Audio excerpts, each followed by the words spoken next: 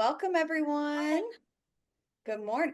Oh, we were just talking about this in the little pre-Zoom room. Like, I know some people it's morning. For me, it's noon, it's lunchtime.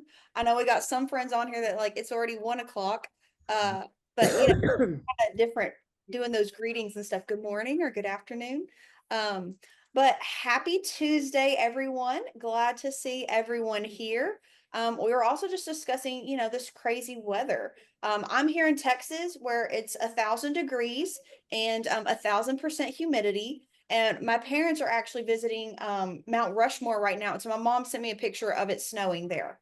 I'm like, we're the exact opposite. So I know it's fun, everyone having their different seasons and things like that. But happy Tuesday. Thank you guys for joining us today. I'm so excited about our Spotlight Series speaker today, Erin Cuccio. And so her topic is called Breaking Up with Busy. And my kids are tomorrow's their last day of school. And so I don't know if you guys have kids, but like end of school year is always like the busiest and most crazy time with like all the ridiculous awards and things like that. So I was like, such a perfect topic for us to talk about today. So Erin actually lives in my hometown. And so I've had the joy of getting to hear her speak numerous times, and I knew she'd be able to add a lot of value to you guys here. So Erin is an author, a speaker, and a podcast host and an executive coach.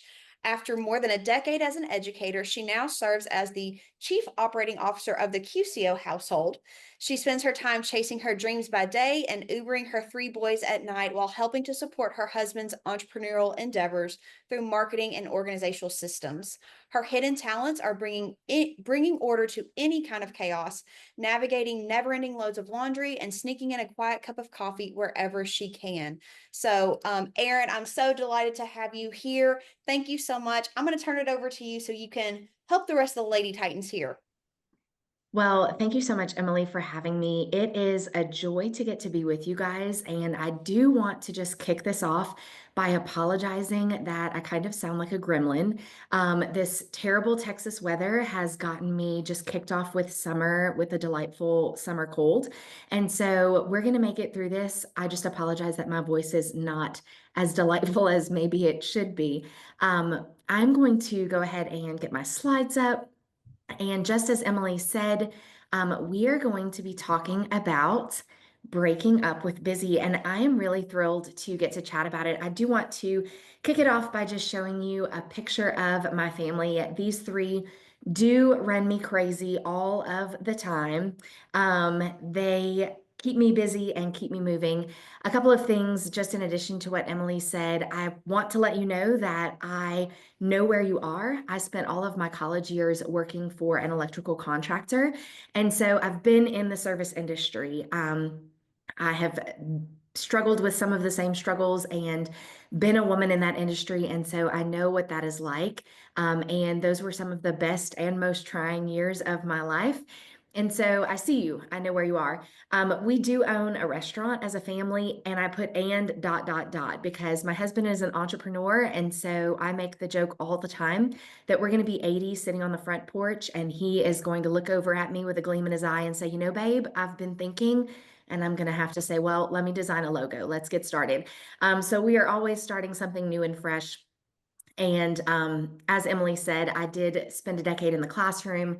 And then now I am a writer, a speaker, a podcaster, and an executive coach. And this is my most favorite thing, to just get to pour into people and really add value to your lives and hopefully give you really practical tools that you can move forward with in a way that helps you feel more empowered to live in your best role, in your best lane. So, as Emily said, we are going to be talking today about breaking up with busy. But to start, I want to ask you in one word, how would you describe your day to day life right now? And in the chat, you can just drop one word. If I ran into you in the grocery store, "Hey, how are you?" You would reply probably with, "Oh, I'm good. How are you?" But if you had to say one word to describe your life, what would that be? Just give you a couple seconds to give us some of those words: busy, chaotic, surviving, tired. And that is kind of what I figured. I figured that this would be right on point for exactly where you guys are. And the truth is that so many of us are leading such busy lives. And so I think it's really appropriate that that's what we're talking about today, that we are breaking up with busy and running our lives so that it does not run us ragged. Because I see surviving and tired and all of those things. And the truth is that oftentimes I think we really do feel ragged. We feel like all of the things on our plate are just keeping us so chaotic and busy and tired. And so that's what I want to talk about today. I think that this silent epidemic plaguing our lives is that we are so very busy. But I want to point something out that's really important as we start, and that's this. There is a difference between being busy and productive. And I think that most people confuse activity with productivity. And many people are simply busy just being busy. But being an English teacher for over a decade, I like words and I like to know what words mean. And so I took a moment to look up the definitions of busy and productive, and they are very distinctly different. Busy is simply having a great deal to do or being engaged in action. It's filling our plates and our calendars with things, with activities, with stuff that we just have to get done. It's running through our list of obligations. But when we are productive, we are producing or being able to produce a large amount of goods. And there's one specific word in this definition that really stuck out to me, and that is goods.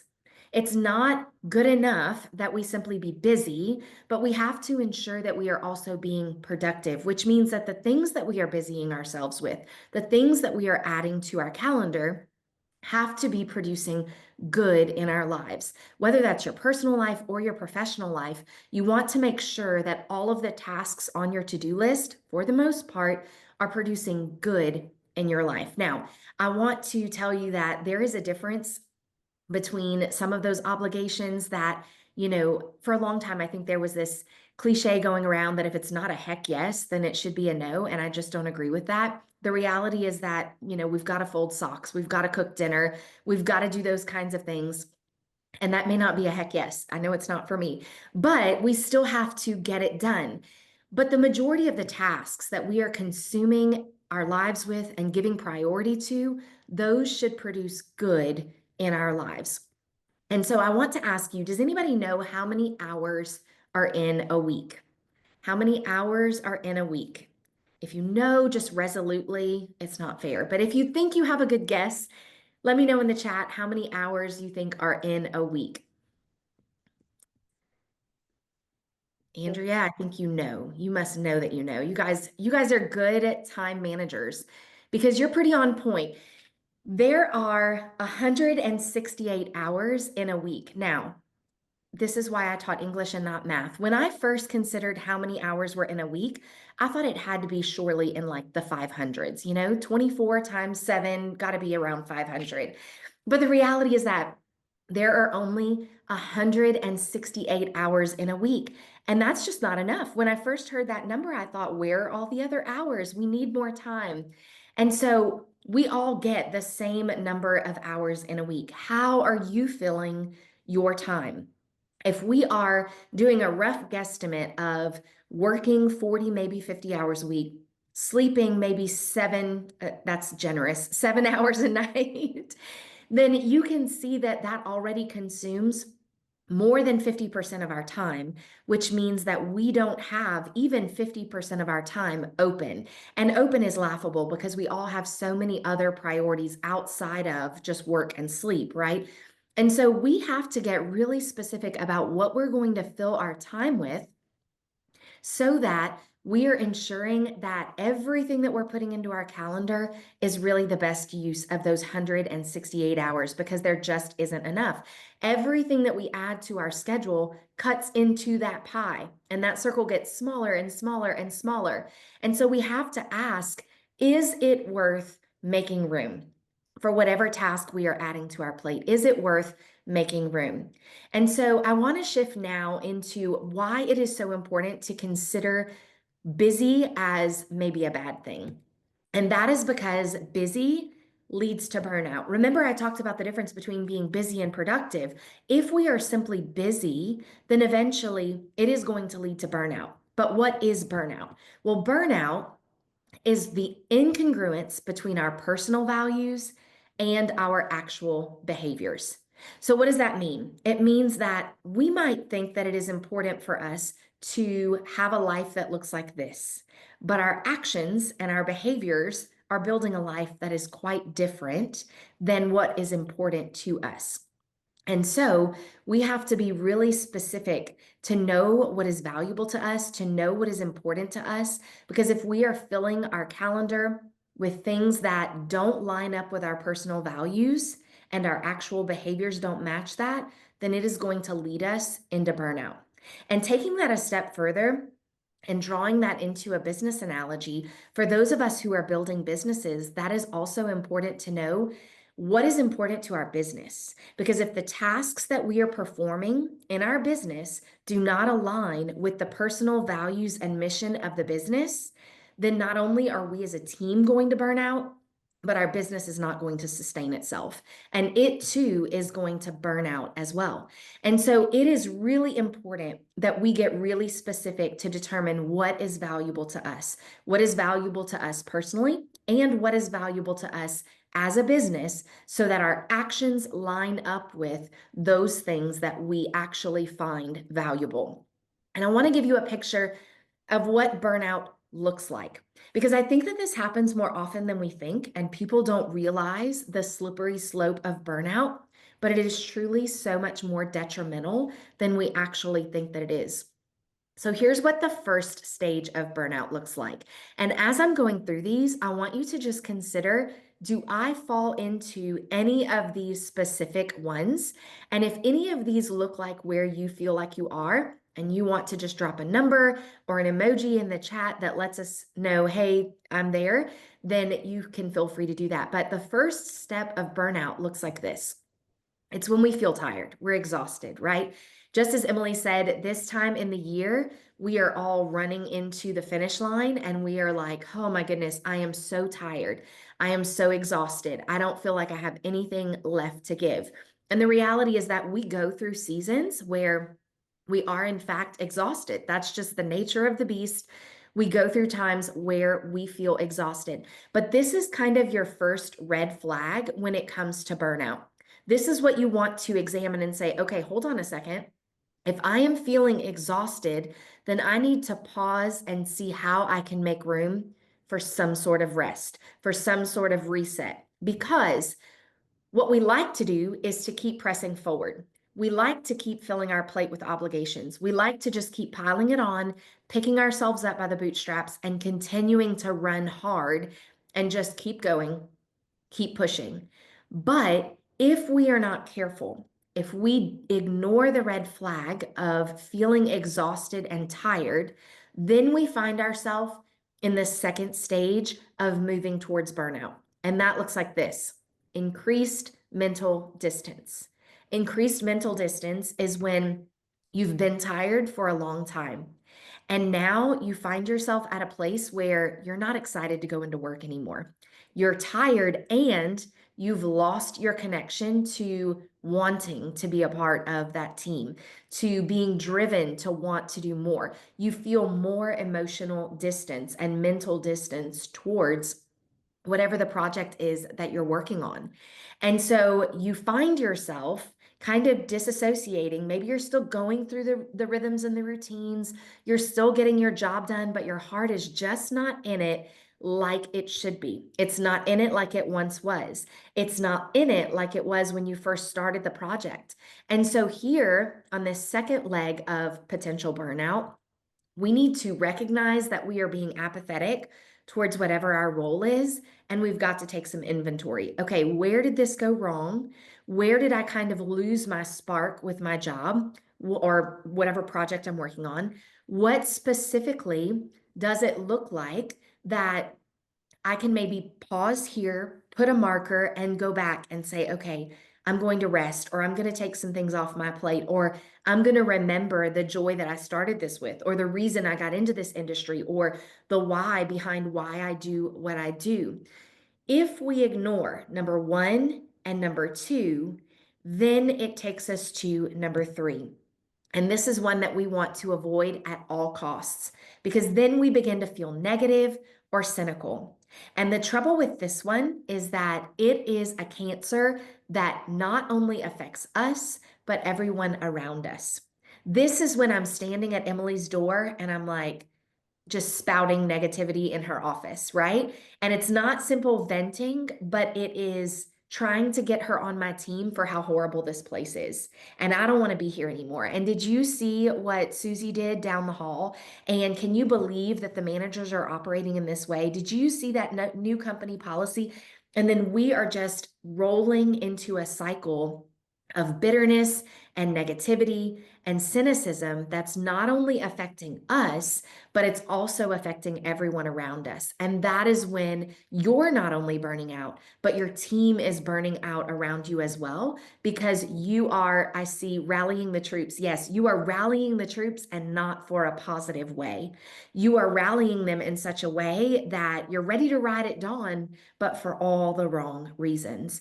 And so, this is a stage that we want to avoid at all cost. At all cost. So, what is busy costing you? Well, first of all, it's leading to burnout, which, if not checked, if not taken care of, if not cut off at that first red flag, then you're going to end up in burnout. But also, it's not just time.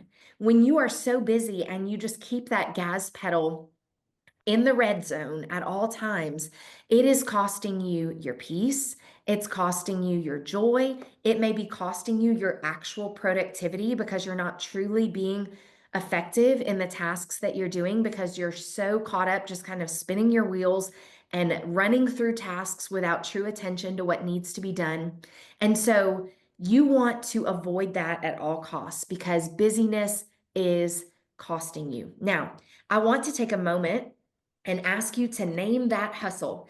Okay, so there are three reasons I think that we keep ourselves super busy. And I know for me, I could probably attribute some of my hustle to all three of these things. But for many of us, there is one specific that stands out, and that is our performance, our people pleasing, or pressure. You see, when we are driven to be so busy, it is often because we maybe feel the need to perform. We want to be noticed. We want those accolades. We want to be able to climb the ladder. We want for people to say, hey, good job.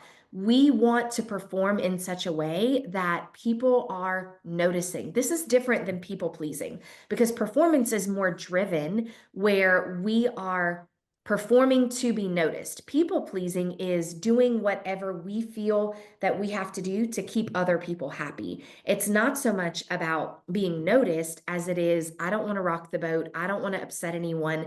I just want to do whatever I can to keep people around me happy and not make any waves on this ship. And then pressure is you feel that outside pressure of, hey, you're the only one that can do this job as excellent as you do it. So we really are depending on you. We need you to get this done. And oh, by the way, we need it done by tomorrow at noon. And you're looking at the stack of things on your desk, knowing that you've got so many other things that need to be done. And yet, you feel that pressure from outside sources to not want to let anyone down, to come through for them. And so you are driven to hustle. You are driven to stay busy. You are driven to keep pushing and you keep pushing and pushing towards burnout. And I see a lot of all three, all three. And I think that that's really typical for many of us, that we find ourselves in a place where all three of these things really can contribute to why we are staying as busy as we are staying. So, one question I want to leave you with here is, am I busy because it's necessary or because I'm trying to prove something? When you consider the things that you are trying to do, is it actually that you are doing necessary tasks, or you're trying to prove something. You're trying to prove your worth. You're trying to prove that you're a team player. You're trying to prove that you are efficient and can get things done. I think it's important for us to consider what is actually necessary and how can I take the tasks that I need to take and do them in such a way that, yes, I am doing them in a way that satisfies me, that is excellent, that is what my company needs from me. And also, I'm not getting so hung up on what other people are thinking about me, or is anyone else noticing this, or is so and so down the hall doing a better job than me and I'm trying to keep up. But what is it that is at the root of why you're hustling? I think that that is really important to consider. And so I want to give you a really practical tool here. I want you to choose your control. These are three separate circles of control. Okay. The first is things that you can actually control. I tell my kids all the time, you can control your attitude and your effort. And so they'll get hung up on all kinds of things, whether it's at home or in sports or whatever it is. And I always come back to, hey, attitude and effort. You can control your attitude and your effort. And so taking that a little bit further, this first circle of control, our attitude is the very first thing that we have primary control over. We have absolute, without a doubt, control over our own attitude in any circumstance, no matter what. And we have control over our response to circumstances. So I might not be able to control the specific circumstance itself. I may not be able to control the person next to me and their attitude, but I can control my own attitude and my own response to specific situations. In addition to that, I can control my own boundaries. And so I can be very specific with, hey, this is a boundary for me. And I can also be really tactful and kind in the way that I communicate those boundaries. But clear is kind. And so you should be clear in the way that you communicate those boundaries. And that will help you because when you are communicating your boundaries in an appropriate way, it is helping you to control your attitude and your response as well. And then the fourth thing that you can control is your own self talk. I am so terrible at this one. Those thoughts that we think in our head and we think that no one else hears. So it's really not a big deal because nobody else is actually hearing the negativity that's going on in our brain. You are hearing the negativity that is going on in your brain, and it is affecting you and your mindset and your attitude and your response. And so you have got to get really intentional about having positive self talk, controlling that specific avenue of the way that you allow yourself to think about yourself, about your performance, about your workplace. Because when you don't, it will quickly bleed into other things. And so these four things are things that we can control. Okay. When we move into the next circle, there are some things that we can influence, but we may not have total control over those things. And so we can influence our team culture to a degree. I can show up as a positive influence on my team, and that may influence the culture of my team. That doesn't mean that without a doubt, without any other possibilities at all, that the team might not, go off on the wayside a little bit. But I have the potential to influence my team culture with my own behavior. And we want to try to do that in the way that we best can. We don't have ultimate control, but we do have influence over that. Our coworker behavior, the same thing. If I show up on a random Wednesday and I am already down in the dumps, that is going to influence someone around me. And that person has the capacity to either say, hey, we're going to get you out of this funk and I'm going to brighten your day, or they come get down in the dumps with me. And so that influence can go both ways. You can influence me to kind of pull it together and be happy, or I can influence you. And then that may cause things to go in a negative direction. So there, you want to be sure that both as the coworker who is showing up and the one that's working alongside others, that you are doing your best to influence your environment in the most positive way possible. And listen, every day we are human. And so it's not going to be sunshine and butterflies every single day, but in the best way that we can, in the highest capacity that we can, we want to be sure that we are bringing sunshine into our space. We want to be sure that we are bringing excellence into our space because that is going to influence the environment around us.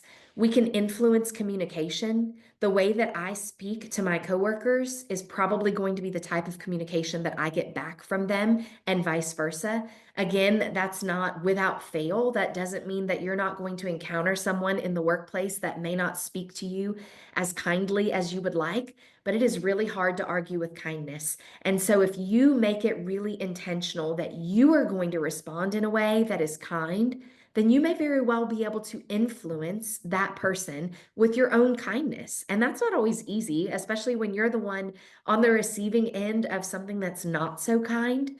But we have the ability, when we are intentional, to kind of turn the ship, to influence the direction that it's going. And so we want to be really aware of how we are able to influence our environment. And then influencing customer experience. Things happen. I know that from, being in the customer service world. Our primary business is that we own a restaurant. It is not 100% performance all of the time. We are going to get an order wrong. We are going to take a long time on a ticket sometimes. But we have the ability to influence customer experience. Maybe not that they're going to have a smooth experience every time, but I can do my best to influence their opinion in the way that I deal with them and in the way that I maybe own up to my mistakes.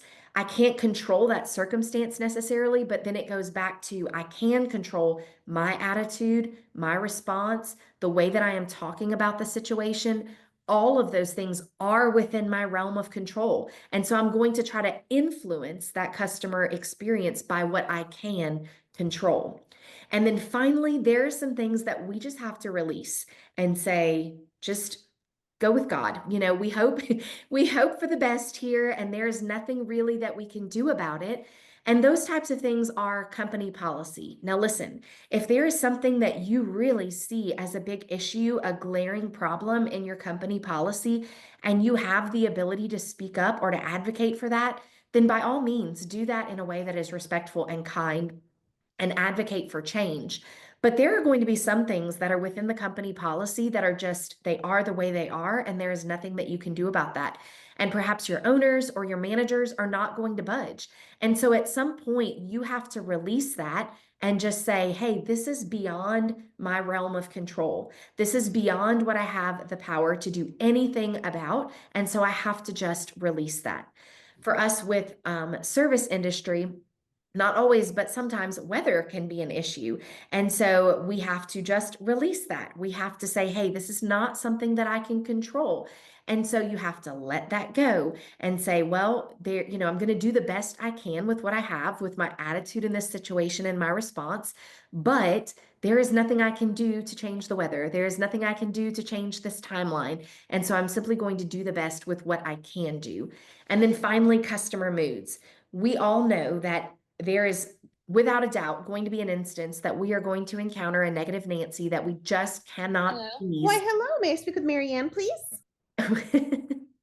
um, that we are going to encounter a negative Nancy that just simply cannot be pleased. And there is nothing that we can do about that.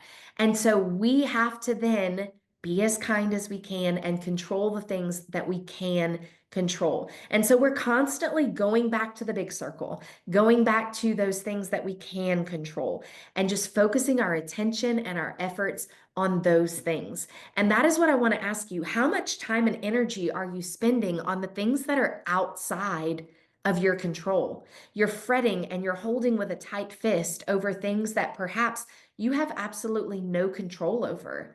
And instead, what I want you to do is to consider, how can I control this particular situation? With my attitude, with my response, with my boundaries, with the way that I think or I talk about the situation, how can I put effort and energy into that space rather than getting all bent out of shape over things that I can't control? And so it is really futile energy that is being wasted as I am focusing it all on those things that cannot be controlled. So, I want to give you now some small shifts to reclaim your sanity. So, this is the part where we are going to move just a little bit into how we actually break up with busy, how we actually put those practical tools into place so that we are running our life so that it's not running us ragged. And these are 3 things that you can do in 5 minutes to just kind of reset and fix things that are so important, little minor things that really make a huge difference. Number 1, draw the line on your email. I know that especially if we have push notifications and those emails are coming to us directly as soon as they hit our inbox, then it is really tempting for us to want to check the email as soon as it comes through. And that is all fine and well, perhaps, if you are sitting in the office. But sometimes we want to check that email even at 10 p.m. And so let's say we get an email and it is maybe not a positive email and it's at 9:30, 10 o'clock at night, and we read through it and we begin considering what that email is about. In whatever situation you are in, you know what a bad email at 9:30 or 10 o'clock might look like for you. How do you think the rest of your night is going to go? Probably not that well. You're going to just be thinking about it. You're going to be thinking about your response. You're going to be thinking how you can clean up this mess, how you can adjust or pivot, or whatever the case might be. And so the reality is that probably there is not much you can actually do to solve that problem at 9:30, 10 o'clock at night. And yet you will spend a ton of time fretting about it and worrying over it until you can address it first thing in the morning. And so I really want to challenge you to set a boundary on checking your work email after work hours. I also want to challenge you about checking your work email all throughout the day, constantly, constantly, constantly. I think one of the most freeing pieces of advice that I've ever gotten is that you don't have to constantly be accessible by email. You can set pockets of time where you can check your email. And depending on the nature of your position and how accessible you actually need to be, then perhaps that might be once an hour, perhaps that might be once in the morning, once in the afternoon before you leave. Whatever the case might be, figure out what works for you. But I promise that if you are throughout the day constantly getting pings into your inbox and constantly wanting to respond immediately to those emails, you are probably not being as productive or efficient with your other tasks as you might hope that you are being. And so it is doing yourself a disservice by just constantly being accessible to email. I saw someone say just a second ago that they have a pause on their notifications after 5 p.m. I think that's so important. And if it takes you baby steps, if you say, okay, I'm going to pause my notifications after 5, but then I'm also going to feel the need to maybe check in at 7 just for the night and see if there's anything pressing that I need to worry about, then do that. Or maybe just cut it off at 5, whatever works best for you. But really consider how much attention you are giving to immediate access to your email, because I promise that it is consuming so much more mental energy than you think it is.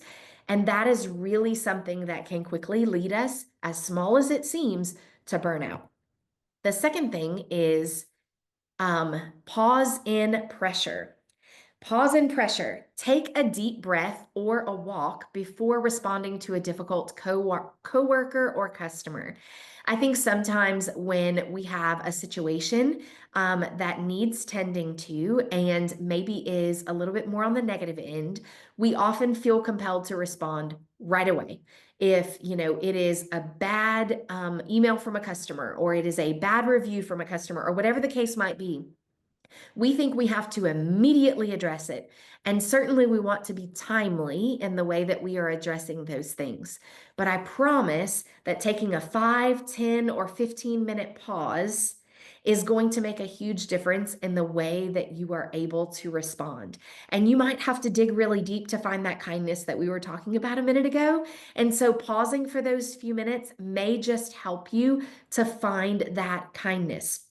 Take a deep breath, take a walk, go to the restroom for a second, whatever it means for you to just pause before you simply respond with the same temperament that that person has given to you. That pause will make a world of difference. And so we really want to be intentional about pausing before we give a response to someone who is angry or unhappy or something of the sort. The last one, take a drink. Not that kind of drink, okay? It's only noon. Chill out. We want to be really intentional about the things that we are filling our body with. And I don't know about you, but I am a coffee girl. I love my coffee, and that is the way that I like to start my day. But I think sometimes it's important and we take for granted how much a good cup of water can really be important to us.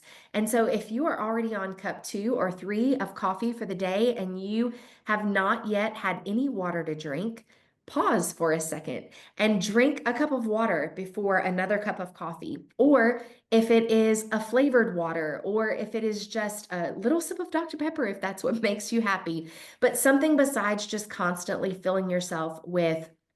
I think coffee can become a crutch in some situations where, it's really just let me push through, let me have this coffee, let me keep moving. And I think that there is something to be said about the clarity of interrupting that cycle and getting a good cup of water in, a good, nice sip of cold water. So, those are 3 small 5-minute fixes. I want to give you 3 things that maybe dig a little bit deeper. These are 3 15-minute wins. The first is this. Number 1, love your lunch. Now, this is kind of contradictory because I know that for some of you it's noon and you're probably eating lunch while you're doing this. So I apologize, but my challenge to you is even if it's a couple times a week, eat a real lunch without multitasking. Like sit down and don't scroll on your phone and don't answer emails and don't work on payroll and don't handle the file that's been sitting there since last Thursday, but just sit there with your fork and your food and eat in peace and watch the difference that it makes for you. When you are trying to multitask and eat at the same time, it goes back to the same concept of what we were talking about, where we're answering emails all day long. You're probably not being as effective as you think you are in that moment. And if nothing else, you are just not giving your brain any space to breathe. And so that means you've gotten there this morning and you probably hit the ground running and you've been working hard all day and you finally have a moment to rest and let your brain breathe. And instead, you're filling that time to just eat as fast as you possibly can while you continue working and continue going. We have gotten so bad with all of the noise in society with social media and computers and technology.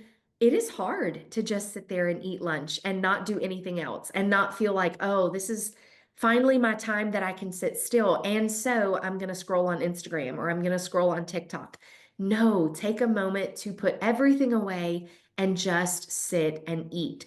I see several comments to, I notice how happier I am. I notice how much of a difference this has made when I take the time to eat in peace, to love my lunch, to really pause and use this as a moment to reset the day. The second thing is this. Pause for progress. So we talked a moment ago about pausing for pressure. Now, let's pause for progress. I want you to consider the idea of taking just a few minutes at the end of your day and writing down 3 things that you actually did today instead of dwelling on all the things that you did not do and that you're trying to add to your never ending to do list. At the end of so many days, I will sit down and I will just kind of do a brain dump with all the things that I know I need to get done tomorrow or that are weighing on my mind for tomorrow. And that's great. I think it takes them off of my brain and puts them into a note so that I'm able to kind of focus on that whenever I'm ready to go to those tasks. But I am so guilty of not paying any attention to the wins that I had, to the things that I actually did accomplish. And so I think it's important for us to really consider, what did you accomplish today? And I'll be honest, this can also be really telling because if you are struggling to come up with 3 things that you did that feel like a win, then are you being as productive as you thought that you were being? Or has your day just been busy with mindless tasks that really don't matter or fuel you towards what you're trying to work for? And so I think that this simple practice of pausing to really consider what you've done to be productive can make a huge difference in your life. It can adjust your mindset, or it can reveal some hidden things that maybe need a little bit more attention. And so that is an important practice that I would encourage you towards. I see Felicity said, in the morning, I list 3 to-dos and 3 ta-das. I love that. I think that that is such a great way to put it.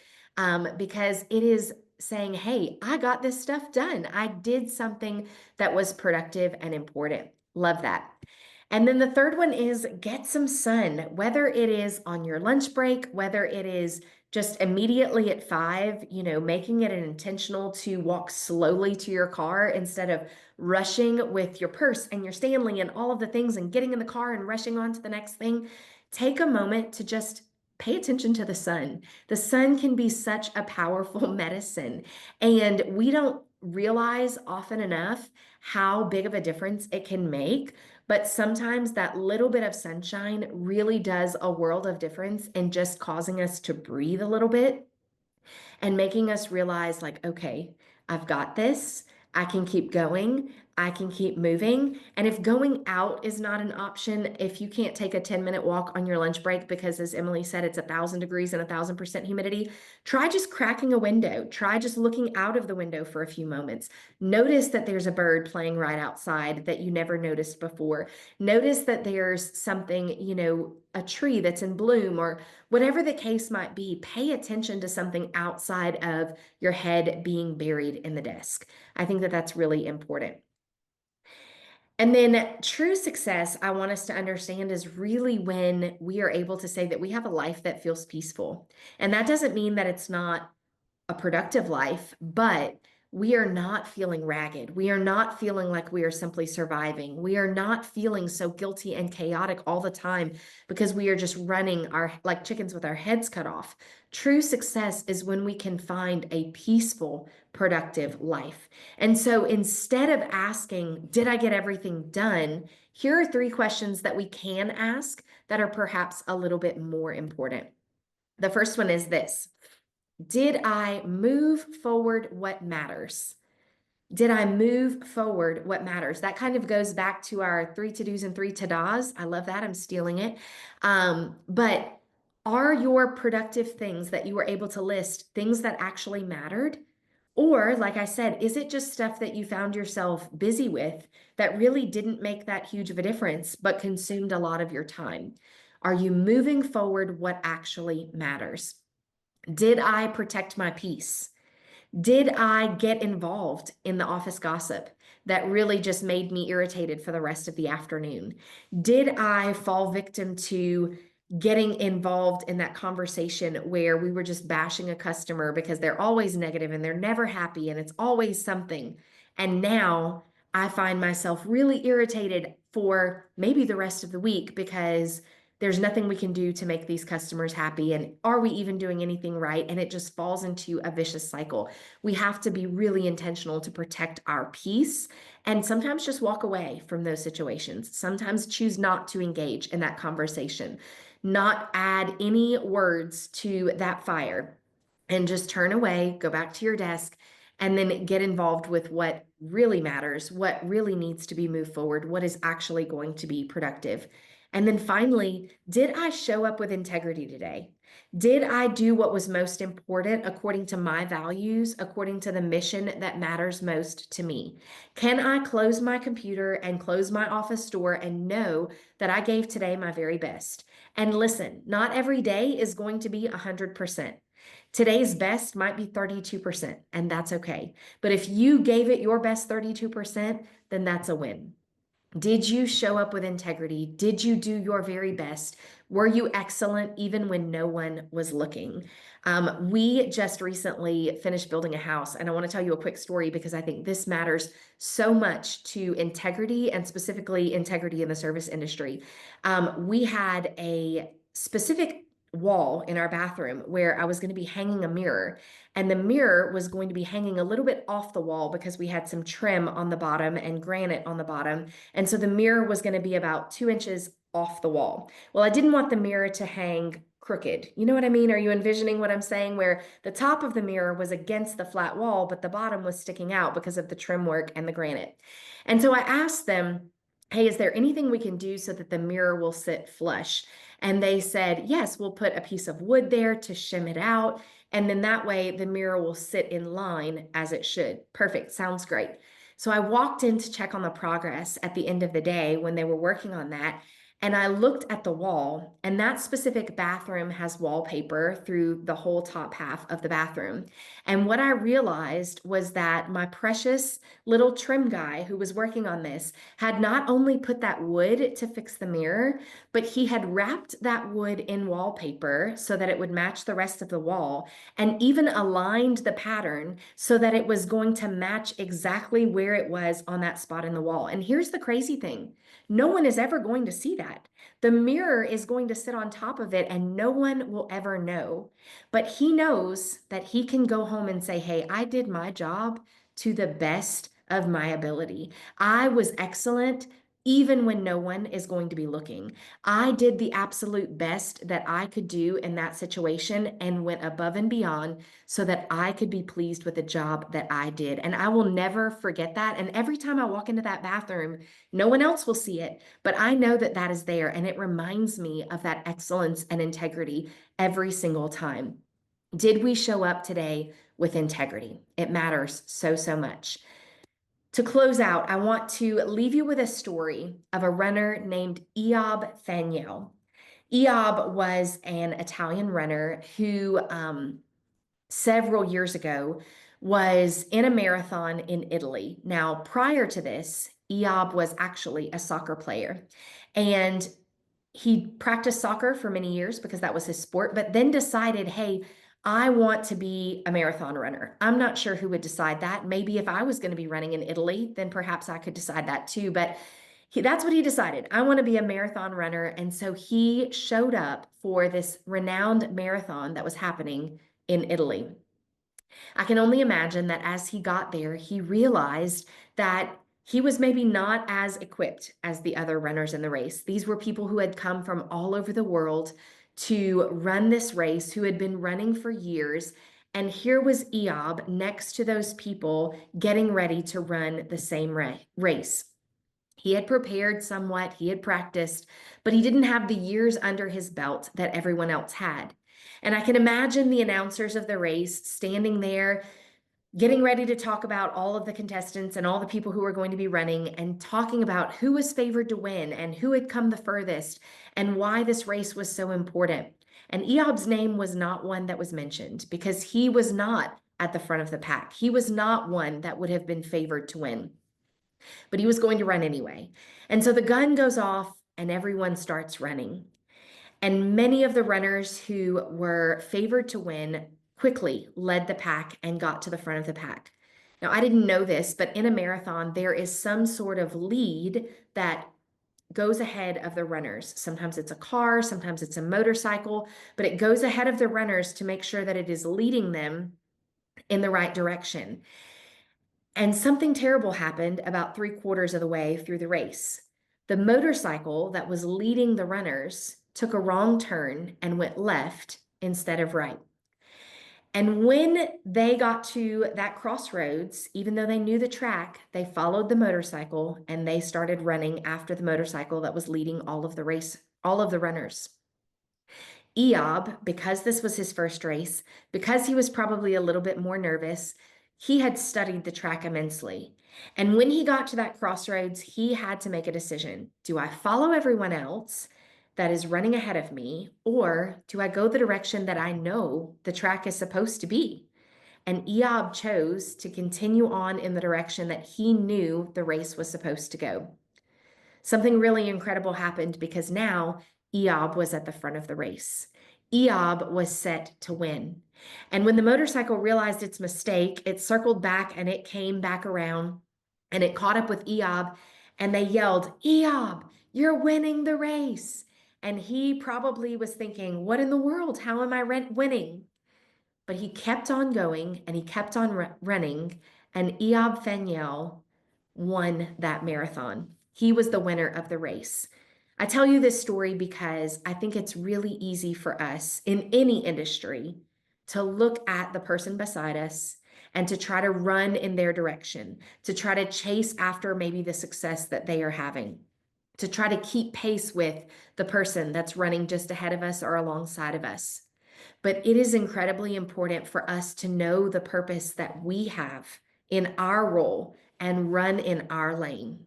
And when we can do that, when we can know that purpose and know why we are there and know the mission that we are called to, then we will be the winners of our race. Thank you guys so much for having me today. It has been such an honor to get to be with you. I love women in general, but I especially think that you ladies are rock stars to be in the industry that you are in. And I hope that today I was able to add some value to you and just encouragement as you continue on the rest of your week. Whether this feels like a busy season or you're in a little bit of a slower season, I hope that you found some practical tools that will help you on your journey. So thank you so much for having me.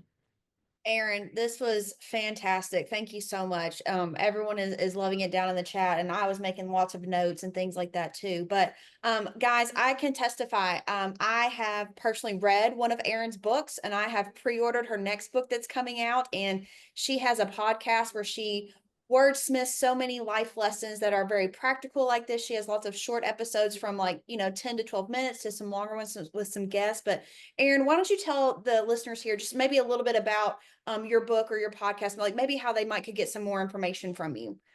So, the place that I'm most active is on Instagram, and that would be a great place to connect. I always love getting to connect with new friends there. And if you follow me there, please say hello because I would love to know who you are and how you found me there. I'm also on LinkedIn. On LinkedIn, I share a little bit more from a company perspective, a corporate perspective. And so that is really a place for me to speak more into team building and through my executive coaching role. And then the podcast, as Emily said, is Room for Lovely. And that is based around the idea that I used to make the joke because we have three boys that at any time I would do anything girly, I was making room for Lovely in our house because, they're all a bunch of wild, stinky boys. And then it just kind of became this mantra in our lives that no matter the season that we're in, we can make room for loveliness in every season. Not every season is going to be lovely, but we can make room for lovely there. And so the podcast, as Emily said, has guests on sometimes. Sometimes it's just me. But so many different stories of people who have been able to find loveliness in every season, even the dark, ugly ones, even the hard ones, even the more difficult ones. Um, my first book came out a couple of years ago and it was called Unraveled, Finding the Lovely When Life Comes Undone. And then I've got a second book coming out called Live Lovely, and that will be out in just about 2 weeks. Both of those are available on my website and you can find more information there. And just my website in general speaks to the speaking events that I'm doing and the coaching and those types of things. And so I love to connect. I would love if you came and said hello. Awesome.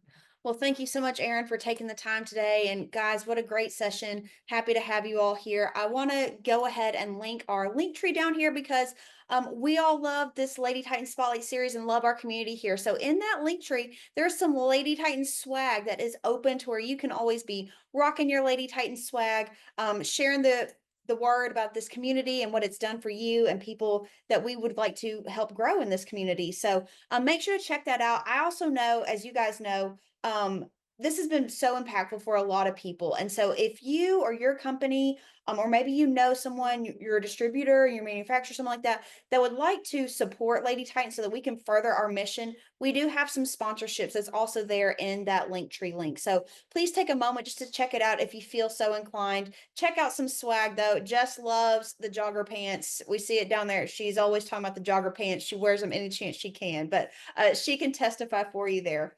Well, guys, thank you so much for joining us today, and we look forward to seeing you at the Lady Titans Lounge on June 11th. And then right after that, we will have on June 17th our Spotlight Series, Ashley Stroud, who is the owner and operator of Plumbing Outfitters in San Marcos, Texas. They have done phenomenal things, really growing their business. But hearing from an actual contractor, and I know we have some plumbers here on the call, so you're going to hear from an actual plumber. And so you will not want to miss those two sessions coming up. So I hope everyone has a fantastic rest of their day. Erin, thank you so much for being here, and happy Tuesday. Let's finish it out strong. Thank you.